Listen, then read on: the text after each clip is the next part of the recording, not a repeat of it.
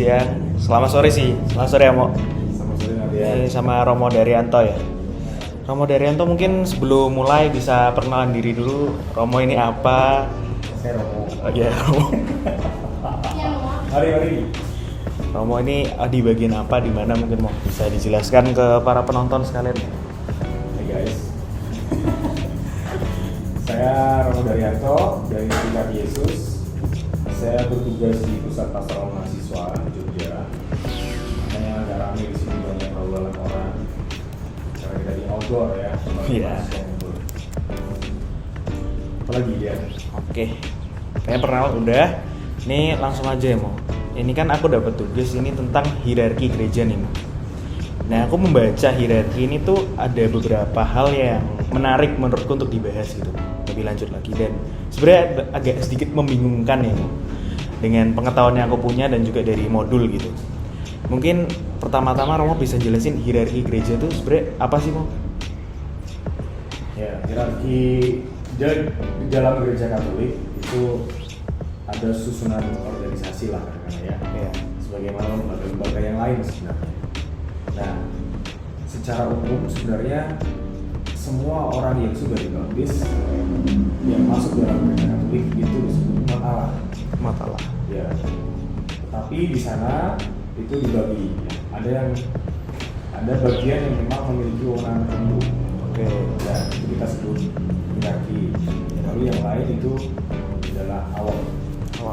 Ya. Hierarki itu terdiri dari orang-orang yang tertabis di sini. Tertabis. Karena kaum klerus. Mereka itu punya wewenang khusus untuk menyelenggarakan penataan organisasional ya gereja. Di bawah satu kepemimpinan utama di Vatikan, lalu dibantu oleh yang uskup ya. Jadi susunannya itu hierarki itu terdiri dari paus yang paling tinggi, pemimpin utama tertinggi gereja Katolik di dunia, itu Katolik Roma di Vatikan. Kemudian di bawahnya ada para pembantunya, para kardinal dan uskup, kemudian para imam, diakon. Itu adalah bagian dari hierarki. Kemudian yang lain-lain seperti suster, bruder, awam biasa itu masuk dalam kelompok awam ya. Tapi semuanya, entah itu kelompok hierarki atau awam, itu bagian dari umat Allah. Intinya mereka yang sudah dibaptis. Nah, mereka semua itu terikat dengan hukum kanonik. Kitab hukum kanonik. Jadi karena kita sudah dibaptis dan menjadi anggota gereja Katolik, maka kita terikat dalam hak dan kewajiban sebagai umat Katolik sebagaimana tertulis dalam kitabnya. Yang membedakan prosesnya adalah hak dan wewenangnya ya. Tadi saya katakan sebagai bagian dari pemerintahan. Terus Mo, ini kan kalau kita lihat ya, hierarki ini kalau dalam keagamaan tuh kayaknya cuma ada di Katolik ya. Di Islam tidak ada, di Kristen itu sebenarnya juga tidak ada.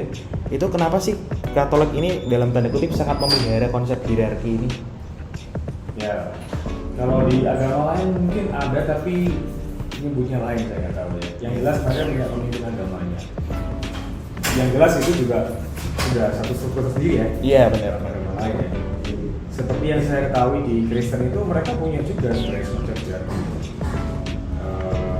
Dalam gereja Kristen misalnya mereka punya istilah apa namanya, sinode sidang jemaat atau apa. Jadi itu juga untuk lain. Tapi gereja Katolik memang melahirkan warisan ini ya, Yesus yang memilih 12 rasul. Yesus yang memilih 12 rasul diteruskan sampai sekarang. Jadi Yesus memilih 12 rasul dan 70 rasul itu bertujuan untuk membantu tata pengembangan gereja secara khusus. Petrus sebagai pemimpin para rasul yang pertama yang dipilih sebagai paus pertama, lalu para rasul lain, dan itu diteruskan sampai sekarang. Karena itu membantu sekali untuk menata gereja Katolik ya, entah sebagai satu organisasi ataupun sistem pengajaran, supaya acaranya tidak apa ya, melenceng, ya gampang diatur, lebih mudah untuk dikomunikasikan supaya arah ajarannya itu tetap sama gitu ya seluruh dunia. Itu sangat membantu di situ sebenarnya. Apa yang dikatakan Paus itu akan dilanjutkan, diteruskan oleh para pembantunya dan sampai ke umat. Itu saya kira salah satu fungsi yang cukup penting dalam gereja Katolik. Kenapa ada hierarki? Ini tadi ada hal yang menarik, sesuatu yang dicetuskan oleh Paus ya. Kalau sesuai dengan pengertian dan hukumnya ya, Paus itu kan memiliki sifat infabilitas yang dimana dia itu kayak apa yang dia keputusan atau ajarannya itu nggak bisa ditentang gitu. Berarti sifatnya itu apa yang diajarkan Paus meskipun itu baru, itu berarti sudah mutlak.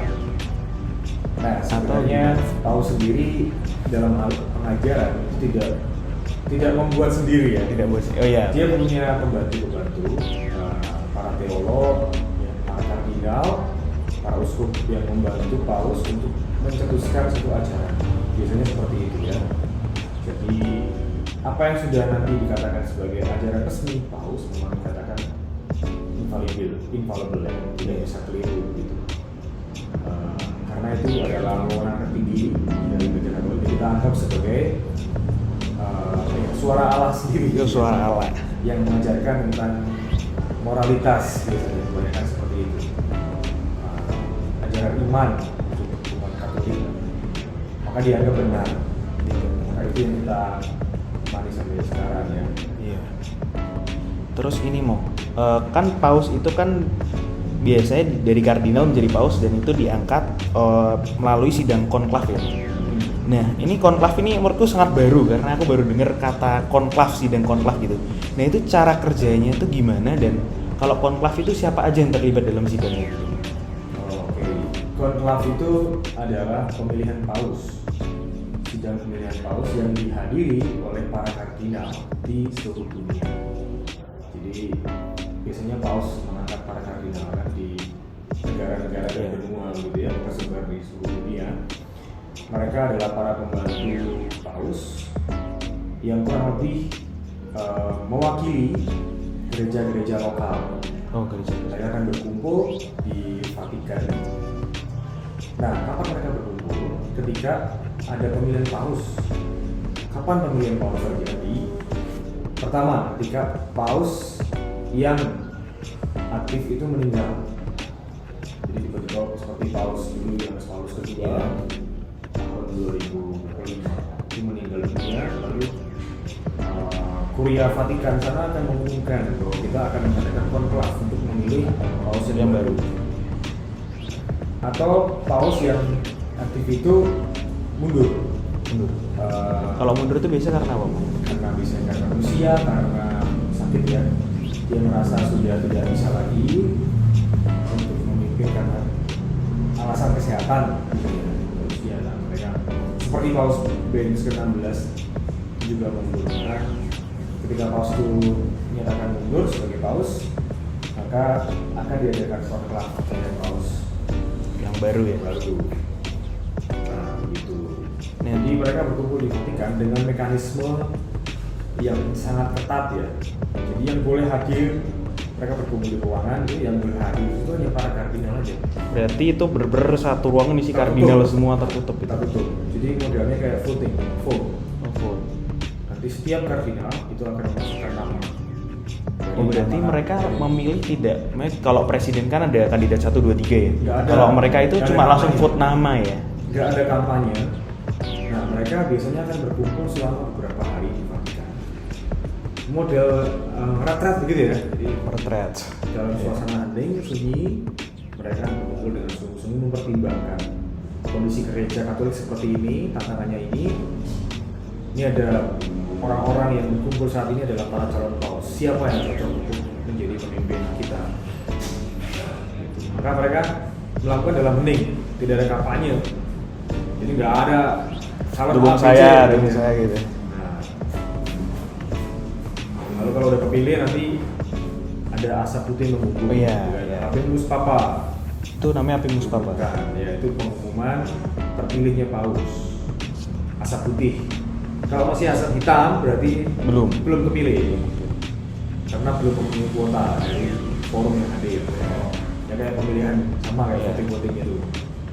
Terus ini mau kan tadi kita sempat masalah kardinal ya. Ini tuh aku baca dalam materi kalau kardinal itu apa ya?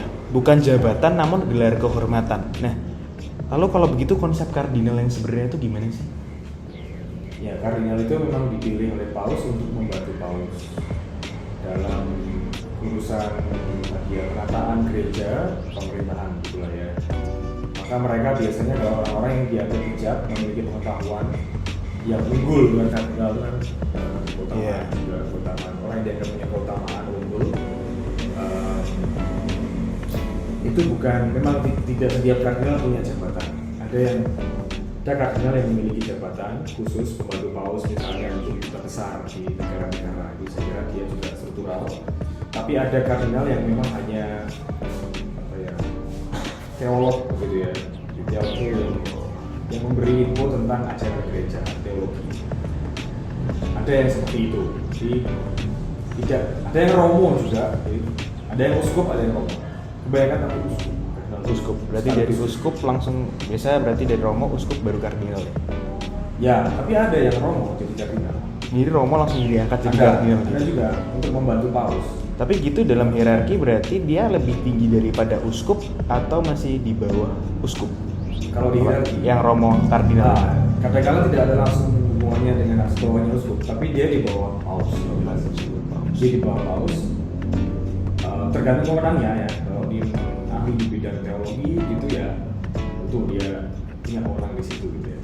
Dan mungkin tidak secara langsung menjadi semacam kalau di pemerintahan itu menteri apa gitu ya. Iya. Nggak ada yang nggak seperti itu, tapi ada yang seperti itu karena dia memang mewakilkan sesuatu. Uskup misalnya di tempat kita di Indonesia itu ada Kardinal Ignatius Suhayo. Dia memiliki jabatan struktural sebagai Uskup Agung Jakarta, Uskup Keuskupan Agung Jakarta. Benar. Nah, itu dia punya jabatan juga, itulah. Nah, terus tadi ini kan kita dari udah bahas paus, kardinal, sekarang kita ke uskup nih. Nah, kalau aku baca uskup kan ada banyak jenis tuh. Ada yang uskup agung, diosesan, uskup militer, ada suffragan. Nah, itu perbedaannya tuh apa dan tugasnya itu gimana sih? Terus ada kedudukannya atau mereka semua tuh rata uskup gitu? Oke, yang struktural itu uskup agung dan suffragan tadi ya. Jadi uskup agung itu membawahi keuskupan agung. Nah, keuskupan agung itu membawahi keuskupan suffragan. Maka uskupnya uskup suffragan. Contoh di Indonesia ya. Iya. Di Semarang ini, keuskupan agung Semarang. Iya. Itu uskupnya uskup agung. Iya, benar. Semarang, Monsinyur Robertus Subiatmoko. Di bawahnya keuskupan agung Semarang itu ada keuskupan suffragan Purwokerto, keuskupan suffragan Malang, dan Surabaya. Nah, uskup-uskup di tiga tempat itu adalah uskup suffragan. Kenapa dia tidak menjadi keuskupan agung? Kenapa dia suffragan? Nah, karena pertimbangan jumlah umat juga, kekuatan imamnya gitu ya. Besaran dari sisi kuantitas dan kualitas umat yang ada di situ. Kalau Keuskupan Semarang itu kan, Keuskupan Semarang luas banget ya, umatnya juga banyak. Maka dia yang dipilih sebagai Keuskupan Agung. Sementara yang lain seperti Surabaya, Malang, Purwokerto itu lebih sedikit. Berarti kalau kita kumpul misalkan acara Keuskupan Agung Semarang, itu berarti termasuk dari Keuskupan Suffragan dari Purwokerto, dari Surabaya, dari Malang, atau cuma Keuskupan Agung Semarangnya saja? Mereka punya tata pemerintahannya sendiri. Oh, tetap sendiri-sendiri ya? Soalnya kamu kalau tahu arah dasar, ardas masing-masing punya beda-beda. Tapi dari sisi struktural itu suffragan itu di bawahnya Keuskupan Agung ya. Semacam garis koordinasi gitu. Lalu kalau diosesan tuh gimana mau konsep uskup diosesan tuh gimana? Uskup diosesan itu ya uskup yang projo. Oh, yang ya, projo. Semua uskup itu projo. Semua uskup itu projo. Diosesan. Berarti Ya, SD uskup itu diosesan ya uskup itu. Diosesan itu keuskupan. Jadi nggak terpisah. Berarti jangan pakai uskup diosesan. Uskup aja ya. Uskup itu masih diosesan. Itu menarik. Tadi kalau uskup itu projo, apakah berarti dari kongresi lain contohnya mungkin SJ? Nah, apakah bisa menjadi kan uskup bisa. pertama kita kan SJ? Bisa, tapi pada dasarnya kalau misalnya seorang SJ menjadi uskup, dia dalam arti tertentu adalah projo. Karena dia memimpin projo itu artinya ya diocesan itu uskup. Karena dia memimpin satu keuskupan. Jadi dia mengabdikan dirinya untuk satu keuskupan. Maka dia hidup projo ya? cara imam-imam. Dia memimpin imam projo. Bisa uskup di ya Sugio Pranoto itu SJ, Kardinal dan Muhammad Mojo itu SJ, yang di Bandung itu SJ. Tapi ketika dia menjadi uskup, dia itu adalah uskupnya projo, keuskupan gitu ya. Projo ini berarti kayak keuskupan. Maka imam projo itu imam keuskupan.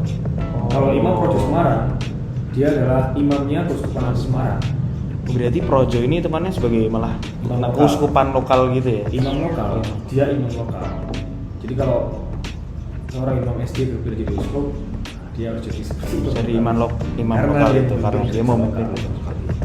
Jadi ternyata PR itu projo merupakan arti kata lokal ya. Projo kurang lebih ya bahasa Indonesia, bahasa Jawa. Terus ini setelah itu kan ada yang bilang uskup itu harus bergerak dokter. Nah terus ada yang bilang juga kalau ahli kitab suci kan memang harus bisa menguasai setidaknya, terus teologi juga. Tapi aku lebih fokusnya ke dokter. Apakah itu benar untuk menjadi uskup itu harus ada gelar doktornya itu? Tidak selalu ya, tidak selalu seperti itu. Tapi kebetulan memang kebanyakan uskup memang memiliki kemampuan pengetahuan yang tinggi lah ya, katakanlah dokter gereja. Biasanya mereka dari kalangan itu. Nggak harus.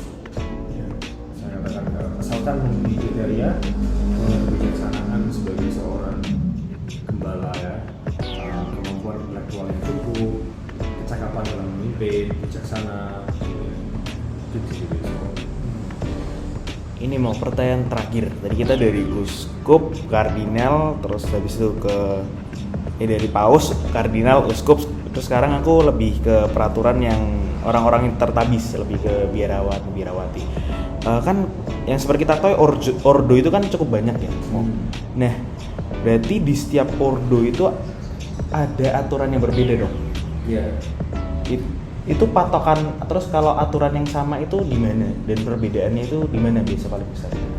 Yang jelas mereka semua adalah bagian dari gereja Katolik. Maka secara tadi ada hukum kanonik ya. Iya, hukum kanonik. Mereka semua terikat pada hukum kanonik. Itu berarti hukum intinya ya. Ya, kalau mereka membuat pelanggaran ya sanksinya sama. Di hadapan gereja Katolik sama. Tapi setiap ordo atau tarekat religius itu memiliki spiritualitasnya sendiri-sendiri. Seperti saya dari Serikat Yesus. Saya itu memiliki spirit Ignatius Loyola ini. Serikat Yesus. Maka cara hidup kami ya mengikuti apa yang diajarkan Santo Ignatius Loyola ya. Kemudian misalnya ada Ordo Fransiskan OFM. Mereka memiliki spirit Santo Fransiskus Assisi dengan cara hidupnya ya. Bahkan mereka punya seragam kan, coklat, kan? Iya, benar. Nah, lalu yang lain itu punya seragam sendiri-sendiri. Itu cara hidup ya. Ada yang cara hidupnya itu biara tertutup, seperti di Oxo yang di Temanggung itu, romo-romo terapis. Iya. Itu mengikuti cara hidup Santo Benedictus. Mereka di situ aja. Berarti biasa perbedaan tiap ordo yang paling besar itu adalah patron yang mereka ikuti ya. Santo apa atau santa apa yang mereka ikuti, dan mereka akan mencoba mengikuti pola atau gaya hidup mereka. Spiritualitas yang mereka anut tuh apa? Ya, betul. Berarti aturan utamanya adalah kanonik, dan yang untuk ordo-ordo itu biasa mengikuti spiritualitas yang mereka ikuti. Betul. Oke, Mo. Terima kasih banyak. Ini udah tercerahkan ya, banyak banget tercerahkan. Pertanyaan-pertanyaan membingungkan dari materi pun udah bisa aku pahamin. Semoga yang menonton nanti juga dapat memahami. Oke, sekali lagi terima kasih Romo. Sudah nih? Sudah. Siap, Mo.